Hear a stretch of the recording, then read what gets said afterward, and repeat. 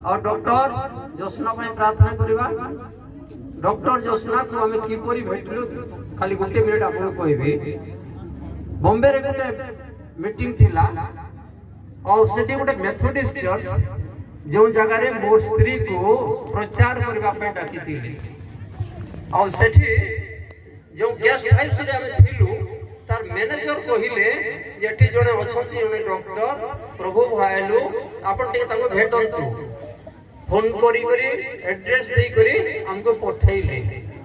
हमें जेतले गलु से बहुत खुशी से तो आनंदर सहित हमको ग्रहण कले और तापरे हमर पाई खाଇବା पिବାର व्यवस्था कले और सही दिन ठारू तांगर सहित एपरि गुटे पारिवारिक संबंध हैला जे मु ताको आमे ताको झियो कहू और से हमको मध्य बापा मां बोली व्यवहार करे। जत्ते लोक थिले भी से जत्ते दूर थिले भी जोर रे हाथ उठे कहबो पापा कैसे है, जोर से हालेलुया। बहुत प्रेम करे, बहुत सेवा करे। आमे जते तार घरे रहू निजे सब करी कर देबा। तार पाखर नौकर चाकर अछंती किंतु निजे करी करी नाश्ता देबो, चाय बनी देबो, जाके सब करी बनी निजे।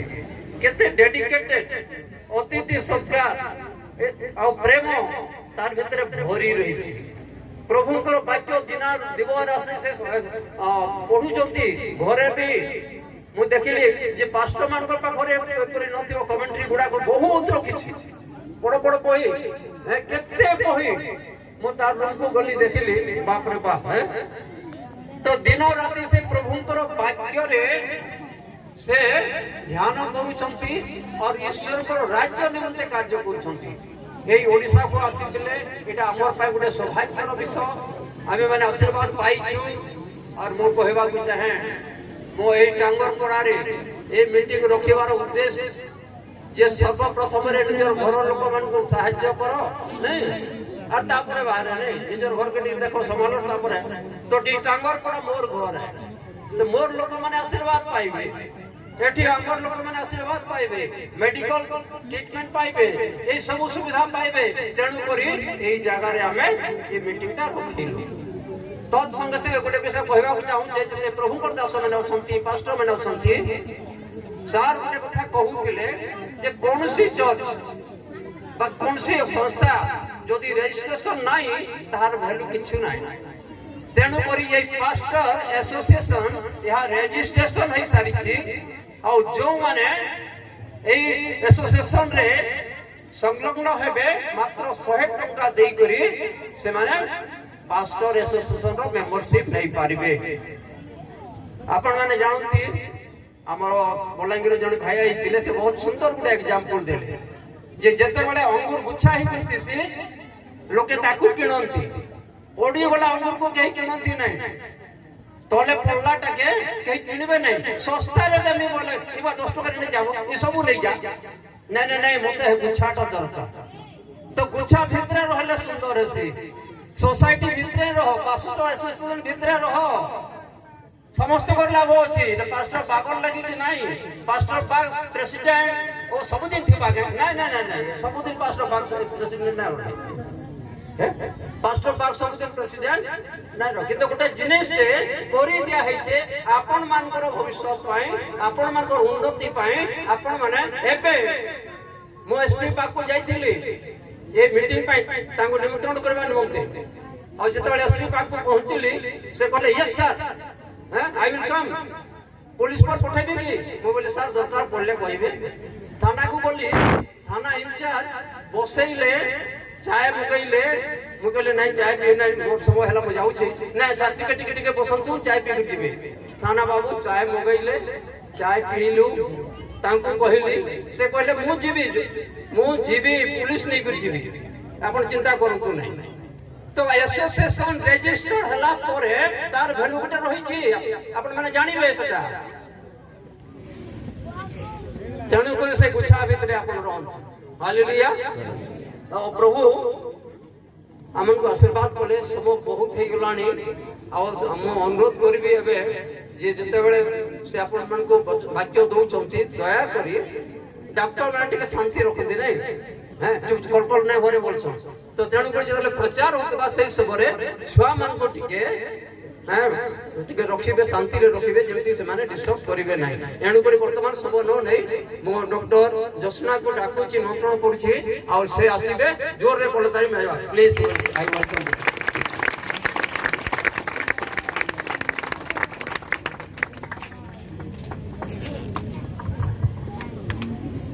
Praise the Lord. Hallelujah. पापा जो मेरे यहाँ के प्रेसिडेंट ऑफ पास्टर्स एसोसिएशन के प्रेसिडेंट हैं, उनका मैं तहे दिल से धन्यवाद करती हूँ कि उन्होंने मुझे आपके बीच आने का मौका दिया। और मैंने देखा कि मैं एक बार पहले 10 साल पहले भी आके गई थी, लेकिन मैंने देखा कि ओडिशा के लोग बहुत सुंदर हैं। ओडिशा के लोग दिल के बहुत अच्छे हैं, जब मुस्कुराते हो बहुत सुंदर दिखते हो। यहाँ से आके देखो आप कितने अच्छे दिख रहे हो। और जैसे मैंने कहा, परमेश्वर आपसे बहुत प्यार करता है। सच में आप दिल के परमेश्वर के बहुत दिल के करीब हो। और ये शांति महोत्सव में मुझे बुलाने के लिए धन्यवाद। एक बहुत बड़ा आदर मेरे लिए है कि आपने मेरे जैसे एक छोटे से पास्टर को आज आपके बीच में बुलाया और परमेश्वर का वचन शेयर करने का मौका दिया। और स्पेशली पास्टर्स एसोसिएशन का मैं धन्यवाद करती हूँ कि आपने मेरे पर विश्वास किया और इतनी बड़ी जिम्मेदारी मुझे दे दी। और सच में परमेश्वर गवाह है कि मैं परमेश्वर का कितना धन्यवाद करती हूँ। धन्यवाद। आइए हम वचन में जाने से पहले प्रार्थना करते हैं। अपनी आंखों को हम बंद करते हैं। प्रभु धन्यवाद आज के इस दिन के लिए। आज का दिन तूने हमें दिया है ताकि हम तुझ में आनंदित हो, तुझ में आनंद मनाए परमेश्वर। और सच में तूने हमें तेरी उपस्थिति से आनंदित किया है प्रभु जी। आज कितने सारे लोग क्योंकि तुझसे प्यार करते हैं प्रभु जी, आज तेरी उपस्थिति में आए हैं। और प्रभु वो खुश है क्योंकि उन्होंने तेरी उपस्थिति को पाया है। और आज एक आत्मिक मन्ना तू उनको खिलाने वाला है परमेश्वर। प्रभु मेरे मुख को, मेरी जुबान को तेरी पवित्र आत्मा का स्पर्श होने दे प्रभु जी। प्रभु मैं मेरे सारे पापों को तेरे लहू से साफ करती हूँ परमेश्वर। प्रभु इस कदर मुझे लायक बना कि प्रभु तेरी पवित्र वचन मेरे मुख से मैं बोल सकूं परमेश्वर। मैं इस लायक नहीं हूँ कि तेरे वचन में बोल सकूं प्रभु जी। आज तेरी पवित्रता के द्वारा, जो लहू के द्वारा मुझे मिली है, तेरे वचन को तू पवित्र आत्मा के अभिषेक से भर दे। और तेरे लोगों के लिए तूने जो वचन रखा है प्रभु जी, वो वचन उनके दिल तक पहुंचाने का मुझे मौका दे परमेश्वर। प्रभु आज तेरे लोग तेरे वचन को दिल से ग्रहण करें। और प्रभु आज तू उनको वचन के द्वारा क्या कहना चाहता है वो समझे, क्योंकि काफी बार परमेश्वर तू बहुत कुछ कहना चाहता है लेकिन हम नजरअंदाज करते हैं। आज तेरे लोगों के दिल के दरवाजे तू खोल और प्रभु उनको समझ में आने दे कि सच में तेरे दिल की पुकार क्या है प्रभु जी। आज तेरे दिल की पुकार तेरे लोगों तक पहुंचाने के लिए तू मेरी मदद और सहायता कर। यीशु मसीह तेरे प्रिय नाम से मांगते हैं, सुन और कबूल कर। आमीन आमीन आमीन। कहानी कुछ ऐसी है। एक बाप होता है, बहुत अमीर है, उसके 2 बच्चे हैं। छोटा वाला बच्चा एक दिन पिता के पास आकर कहता है कि पिता मुझे आपके साथ नहीं रहना है।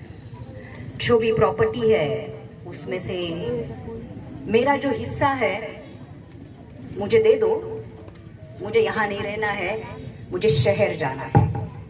गांव में कोई जिंदगी नहीं है, असली जिंदगी तो शहर में है। बाप कुछ नहीं कहता है। बाप बोलता है ठीक है बेटा ले ले। बाप अपनी प्रॉपर्टी के 2 हिस्से करता है क्योंकि उसके 2 बेटे होते हैं।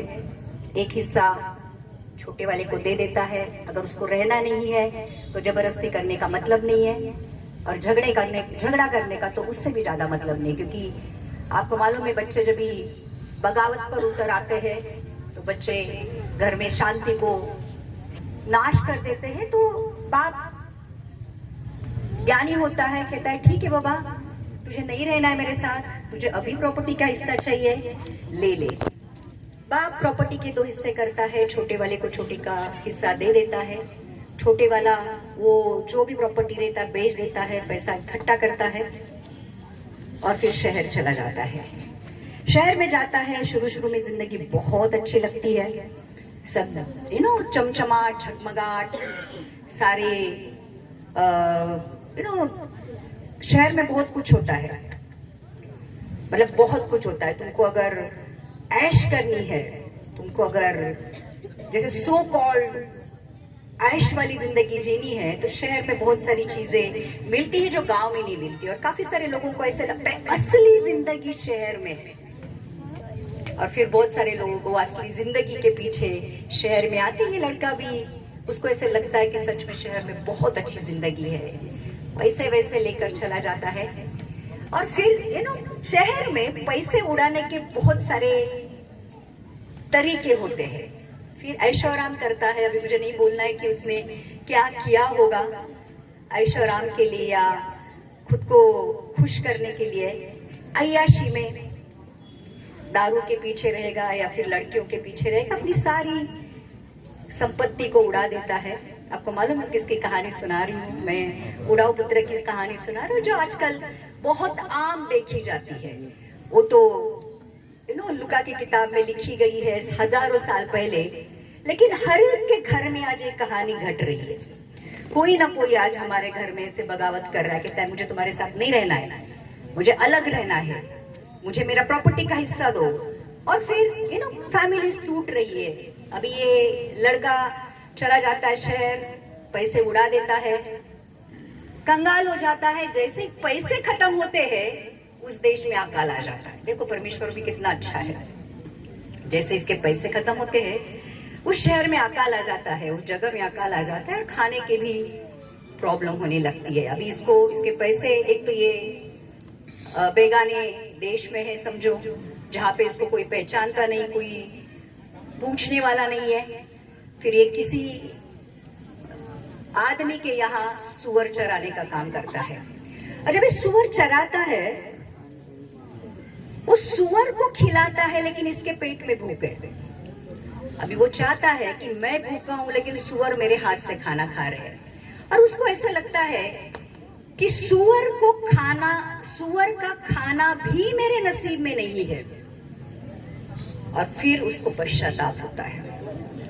वो कहता है कि मेरे घर में मेरा बाप मेरे नौकरों को पेट भर खाना खिलाकर अच्छे से रखता है, और मैं यहाँ पे भूखा मर रहा हूँ। और फिर उसको पश्चाताप होता है। वो कहता है कि नहीं, मैंने गलती की, मेरे बाप को छोड़कर मैंने गलती की। फिर वो सोचता है कि मुझे मेरा बाप स्वीकार करे या ना करे, मैं मेरे बाप के पास वापस जाऊंगा। और फिर कहता है कि मैंने स्वर्ग के खिलाफ, जो स्वर्गीय पिता है उसके खिलाफ भी पाप किया है, और जो मेरा बाप है उसके खिलाफ भी पाप किया है। और फिर वो अपने गांव वापस आने लगता है।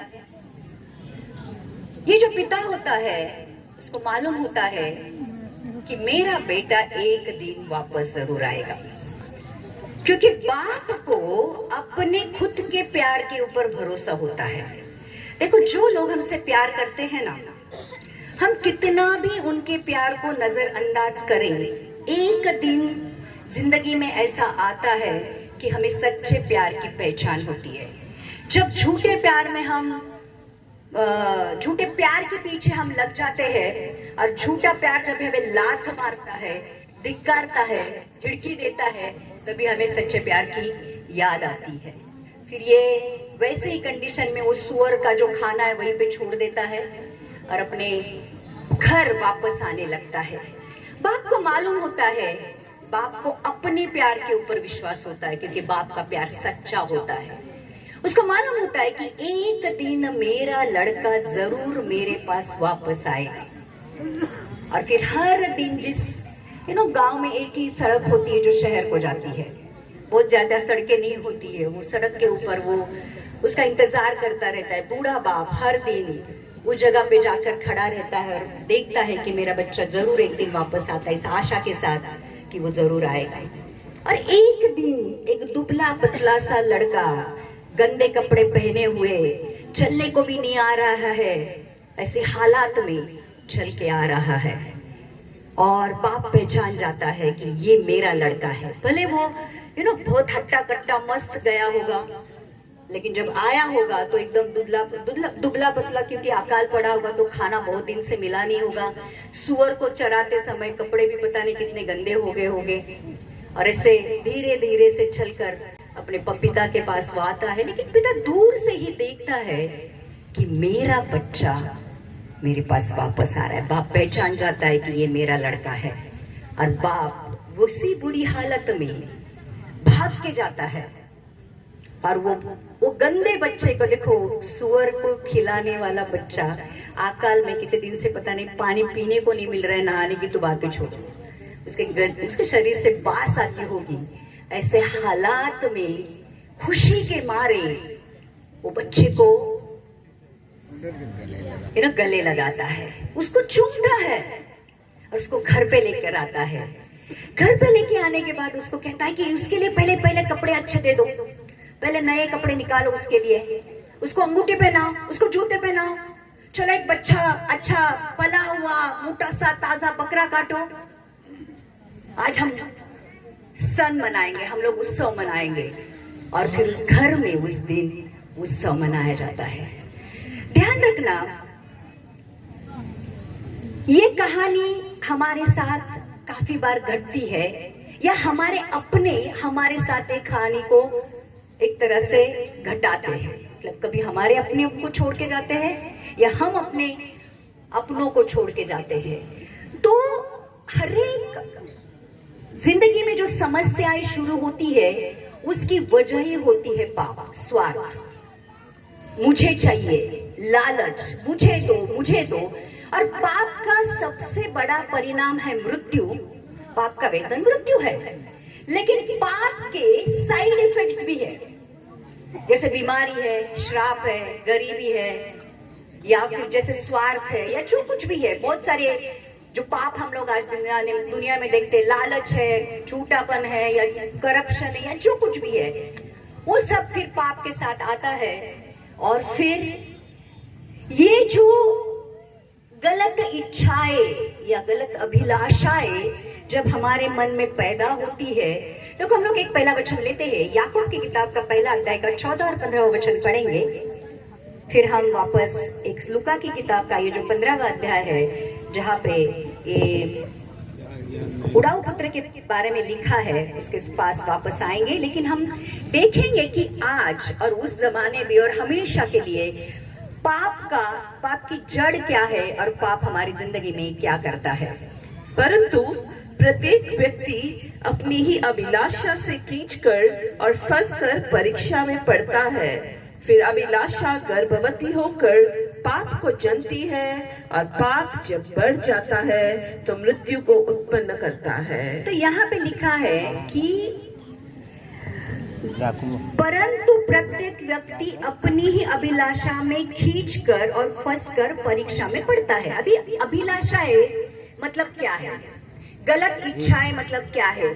जो चीजों का हमें इच्छा नहीं रखनी है वो प्राप्त करने की कोशिश करना। लालसाएं, किसी को बहुत बड़ा आदमी बनना है, बहुत पैसा कमाना है, फिर उसके लिए कुछ भी करना पड़े। किसी को बहुत बड़ा नाम करवाना है, कुछ भी करना पड़े, लोग उसके लिए तैयार हो जाते हैं। तो ये जब एक गलत अभिलाषा है कि मुझे ये बनना है, मुझे ये करना है, मुझे ये मकाम हासिल करना है, मुझे ये चाहिए, जब हम ये अभिलाषाएं या गलत इच्छाएं या गलत वासनाएं हमारे जीवन में, या ये वक्ती मुझे चाहिए, तो फिर क्या होता है, ये जो गलत अभिलाषाओं में खींचकर फंसकर वो परीक्षा में पड़ता है। फिर अभिलाषा गर्भवती होकर पाप को जनती है, और पाप जब बढ़ जाता है तो मृत्यु को पैदा करता है। तो काफी बार हमें ऐसा लगता है कि जैसे आदन वाटिका में एक नॉर्मल सा फल था, बुरे और भले के वृक्ष का, कोई उसमें बहुत बड़ा ऐसा कोई डिफरेंस नहीं था, आम फल की तरह था। लेकिन जब शैतान आकर कहता है अरे ये फल खाने से तेरी आंखें खुल जाएगी, तू परमेश्वर के समान बनेगी, हवा से शैतान बातें करता है। फिर हवा का उस फल की तरफ देखने का नजरिया बदल जाता है। अब वो जो नहीं खाने के लिए मना किया है उसके मन में लालच पैदा होता है, अभिलाषा पैदा होती है कि मुझे खाना है, और फिर वो भूल जाती है कि वो फल खाने के लिए परमेश्वर ने मना किया है, और फिर वो खाती है। गलत अभिलाषाएं जब गर्भवती होती है, और वो जब भी वो गर्भवती होकर जब भी डिलीवरी करती है तो वो डिलीवरी होते है पाप, और पाप का वेतन फिर मृत्यु लेके आता है। तो चर्च, परमेश्वर आज हमें ये कहता है इस कहानी के द्वारा कि पाप का नतीजा होता है विद्रोह का जीवन, बगावत करना। कितने सारे लोग आज अपने अपनों से, परमेश्वर से बगावत कर रहे हैं। मुझे चाहिए मेरी जिंदगी, मेरे rule, my life my rule. मेरी जिंदगी में किसी ने इंटरफियर नहीं करना चाहिए, मुझे मेरी जिंदगी मेरे तरीके से जीनी है। कितने बच्चे लोग आज कहते हैं माँ बाप से, ए मेरी जिंदगी में इंटरफियर नहीं मत कर, मेरी जिंदगी है, मुझे मेरे तरीके से जीनी है। हम लोग बोलते हैं बाबा की बाबा आगे आगे आगे खाइए, आगे गड्ढा है, मुझे खुद गिरने दो, मुझे खुद मेरी जिंदगी के सबक सीखने दो, तुमको बोलने की कोई जरूरत नहीं है। ये बगावत वाला जीवन आता है और फिर हम पाप की वजह से अपने आप से, अपने अपनों से और परमेश्वर से दूर हो जाते हैं। बराबर। आज देखो मोबाइल ने कितना हमको अलग कर दिया है। हम एक ही घर में रहते हैं, 4 लोग घर में रहते हैं लेकिन 4 कोने में बैठ जाते हैं, या एक ही सोफे पर बैठेंगे और अपनी अपनी दुनिया उन्होंने मोबाइल के जरिए बना ली। कोई किसी से बात नहीं करता है। अभी मोबाइल की वजह से बातचीत कम हो गई है, क्योंकि ये पाप ने हमें एक दूसरे से और परमेश्वर से अलग कर दिया है। हमारे लिए खुद के लिए टाइम नहीं है। दुनिया में क्या चल रहा है ये देखने में हमको ज्यादा इंटरेस्ट है, मेरे घर में क्या चल रहा है ये मुझे देखने के लिए टाइम नहीं है। तो ध्यान रखना, जब पाप आता है तो पाप हमें अपने आप से, अपनों से और फिर परमेश्वर से अलग करता है। और फिर जैसे ये लड़का जब भी वो शहर जाता है और कंगाल होता है तो फिर प्रतिष्ठा को खो देता है, क्योंकि इसका बाप बड़ा नाम वाला होता है। लेकिन ये बड़ा नाम वाला लड़का दूसरे देश में जाकर किसी के घर में सुअर चराने का काम कर रहा है, जबकि इसके घर में नौकर चाकर है जो अच्छा खाना खा रहे हैं। तो जब भी पाप आता है, ध्यान रखना, हम अपनी प्रतिष्ठा, अपना नाम, अपना रेपुटेशन को खो देते हैं, अपनी शिक्षा, संस्कार और कैरेक्टर को भी खो देते हैं। और काफी बार हम लोगों ने देखा है, हमारी मुंबई वालों के, हमको मालूम है जिंदगी क्या होती है। बच्चे लोग गांव से आते हैं, वो चकाचौंध जिंदगी को देखते हैं, दारू, बीड़ी, सिगरेट, तंबाकू, डिस्को, उसको सब में फंस जाते हैं। अपने सेहत का, अपने पढ़ाई का, अपने माँ बाप के पैसे का, सबका सत्यानाश करते हैं, कंगाल होते हैं और फिर वापस चले जाते हैं। तो चर्च, ध्यान रखना कि जब भी पाप आता है तो पाप हमारी जिंदगी से बहुत सारी चीजों को लेके जाता है। वो पल भर का एंजॉयमेंट, ध्यान रखना, हमारी बहुत सारी अच्छी चीजों को लेके जाता है।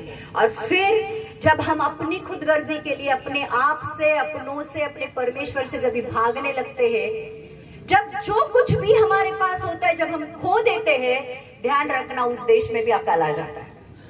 मतलब परमेश्वर हमें ये दिखाता है कि जिसके ऊपर तेरा भरोसा था, अब मैंने वो ले लिया, अब क्या करेगा कर। जिससे परमेश्वर प्यार करता है, ध्यान रखना, उसको वो कंगाल कर देता है। आप समझ रहे मेरी बात?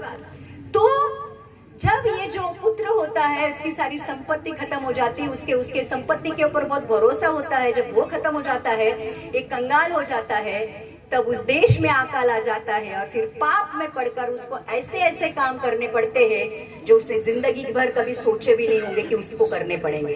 फिर पाप में फंसकर लोग करप्शन करते हैं, चोरी करते हैं, मैनिपुलेशन करने लगते हैं, कॉम्प्रोमाइज करने लगते हैं। जो चीजें हमें नहीं करनी चाहिए जिंदगी में, छोटी छोटी चीजें होती है, झूठ बोलना, मैनिपुलेशन करना, करप्शन करना, अंडर टेबल ओवर टेबल देना लेना।